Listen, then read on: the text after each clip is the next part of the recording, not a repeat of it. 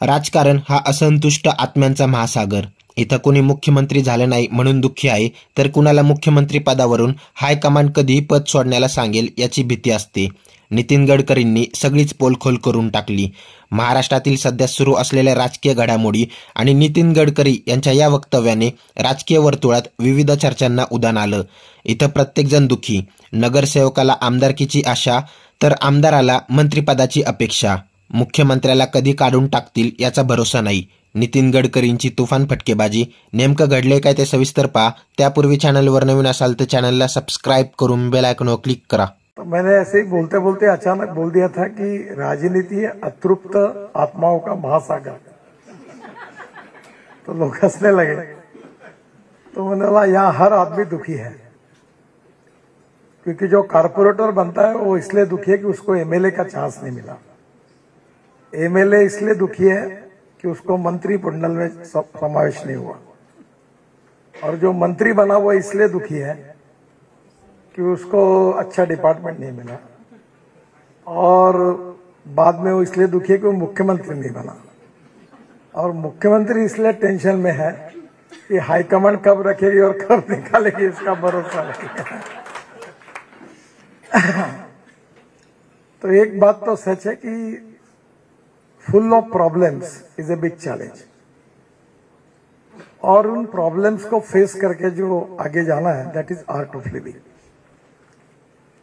एक Richard Nixon के आत्मचरित्र की एक बात मैं अक्सर याद रखता हूं, जो हमारे लिए विशेष उपयोगी थी, क्योंकि मैं जब राजनीति में आया था तो हम लोग चुनाव हारते ही थे। तो मेरे एक मित्र ने मुझे वो किताब दी थी।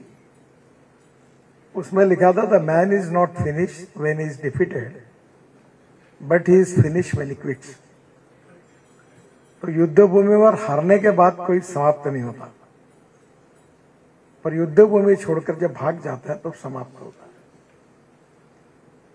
और इसलिए प्रॉब्लम सब जगह में है, फैमिली लाइफ में है, पति पत्नी के बीच में है, परिवार के बीच में है, और इन सब बातों की समस्याओं का मूल अपने स्वभाव में है। क्योंकि व्यक्ति का जो सक्सेस होता है उसका संबंध है, जिसका जो 50 गोल्डन रूल्स संतोष ने लिखे हैं, उसका संबंध एजुकेशन से है, संस्कार से है, और लाइफ वैल्यूज, जीवन वैल्यूज के साथ है।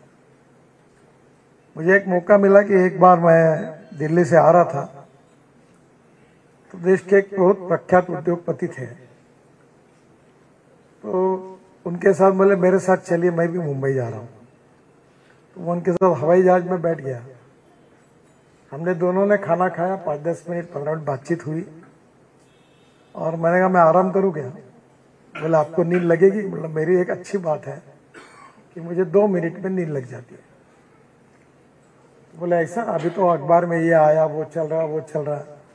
मैंने बोला जो सोचता उसको चिंता है, जो सोचता नहीं उसको चिंता करने का कोई कारण नहीं। तो मैंने बोला भगवान ने अपनी औकात और हैसियत से हमको बहुत ज्यादा दिया है। तो मैं जाके सो गया, तुरंत मुझे नींद लग गई। ये जो ज्यादा विचार करने वाले लोग होते हैं वो अपना खुद जीवन अपनी विद्वत्ता के कारण अस्वस्थ कर लेते हैं, क्योंकि उनके जीवन को डिस्टर्ब होता है, अस्वस्थता होती है, अतृप्तता होती है, समाधान नहीं होता है। और ये हर फील्ड में है। और एक सच्चाई है कि no one is perfect and no one can claim that he is perfect. उत्तम, अधिक उत्तम, सर्वोत्तम अप टू इन्फिनिटी। हमारे बीच में कोई पूर्णांक भी नहीं है, हम सब अपूर्णांक है। और रामदास स्वामी जी ने कहा वही है कि जगी सर्व सुखी ऐसा कोणा है, कोणे है, क्योंकि कहीं ना कहीं तकरार होती है। क्योंकि जो साइकिल लेता है वो इसलिए दुखी है कि स्कूटर नहीं है ले पाया, स्कूटर वाला दुखी है कार नहीं ले पाया, कार वाला दुखी है उसको मर्सिडीज चाहिए तो भी उसके लिए दुखी है। और मर्सिडीज में जो हवाई जहाज लेता है वो बोलता है और 4 हवाई जहाज लेना है, और बाद में भी दुखी है। ये मानने के ऊपर होता है। और ये संस्कार फैमिली में, बिजनेस में, सोशल वर्क में और पॉलिटिक्स में, जिन लोगों के व्यक्तित्व में ये ह्यूमन वैल्यूज और ये जो गोल्डन रूल्स है लाइफ के, ये जो उन्होंने आत्मसात किए, उनका जीवन सुखी है। आजकल सोशल मीडिया का बहुत अच्छा उपयोग भी होता है, कभी गलत भी होता है। तो मैं वो पढ़ रहा था तो उसमें लिखा था कि रावण को ज्ञान का अहंकार था और राम को अहंकार का ज्ञान था। तो वाक्य बहुत छोटा था पर वो बहुत उसमें फिलॉसफी थी। और जो मुझे लगता है कि person and person, the person is important, person and party is important, and party and philosophy is important. तो जो लाइफ लॉन्ग जो फिलॉसफी है उसका संबंध किसी भी व्यक्ति निर्माण से है।